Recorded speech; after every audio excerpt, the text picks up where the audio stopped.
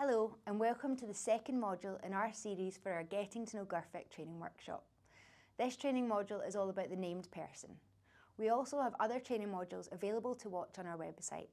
A full training pack with all of the information covered in these modules, including easy read guides and BSL animations, can be found on our website too.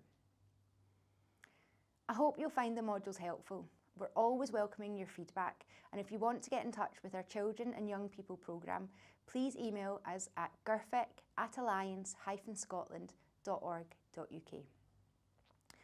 So the main learning outcomes of the GIRFEC training is to support participants to increase their knowledge and understanding of GIRFEC, learn about the GIRFEC toolkit and understand how to promote children, young people and families' wellbeing by using the GIRFEC approach. As we weave through the training, have a think about how you may already use GIRFEC in your own practice. What is a named person? Children, young people and families need to know who they can contact when they need access to relevant support for their own or their child or young person's wellbeing. Within the GIRFEC approach, these foundations are carried out through the role of a named person who is able to provide a clear point of contact within universal services if a child, young person or family want information, advice or help. The support of a named person is available to all children, young people and their families. However, there's no obligation on children, young people and families to accept that offer of advice or support from a named person. A decision not to access the support at any particular time does not prevent support being accessed by parents or carers themselves. Likewise, accepting support at any particular time does not create an obligation to continue to accept support. The named person does not replace parents or carers. Parents and carers have the primary responsibility for bringing up their children, and named persons will seek and carefully consider the views of parents, carers and children before giving information, advice or support. Who is a named person? The named person is primarily provided by health and education services and is usually someone who is known to the child, young person and family and who is well placed to develop a supportive relationship with them. Depending on the age of the child, a health visitor or senior teacher usually takes on this role. Before children enter primary school, the health visitor has this role.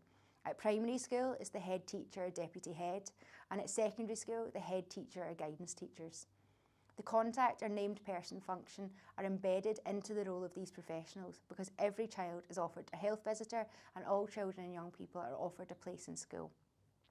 Should a child, young person or family require support from a named person out with school term time, contact should be made with their local authority.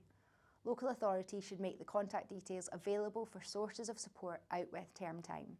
And access to support from a named person should remain in place until a person reaches the age of 18 or older if still at school. Additionally, an aftercare service for care experienced children and young people is a legal requirement under the Children and Young People Scotland Act in 2014, which can work with young adults to the age of 25. Some families may have access to more than one named person, for example the health visitor, primary school and secondary school, due to the ages of their children. These named persons should work closely to assess, plan and deliver support to meet the needs of the child, young person and family if support is required. What are the responsibilities of a named person? For most children, the contact or named person will not need to do anything more than they normally do in the course of their day-to-day job. This is because most children get all the help they need from their families and the universal services of health and education.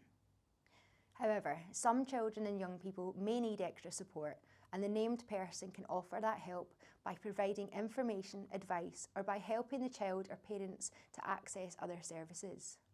Once a wellbeing need has been brought to the attention of the named person, it is their responsibility to work together with the child, young person, and their family and other agencies, if needed, to explore what support could be provided to address the identified wellbeing needs. They speak with the child, young person and/or families, review the information they have, communicate with other services where appropriate, seek and take account of children's and families' views and assess where any further action or support would help.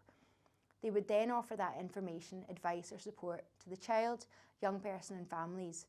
And we'll go over some of the tools used to assess the wellbeing of the child or young person shortly in our training modules.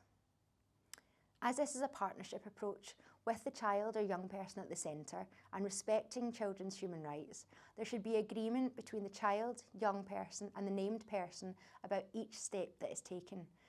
Depending on the capacity of the child or young person to make informed decisions of their own, parents may be involved in reaching agreement about actions. Parents and families are also entitled to use independent advocacy if they wish.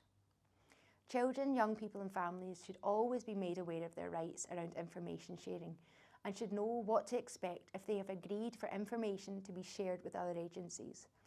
They should be supported to fully participate in discussing how sharing information could support the child or young person's wellbeing.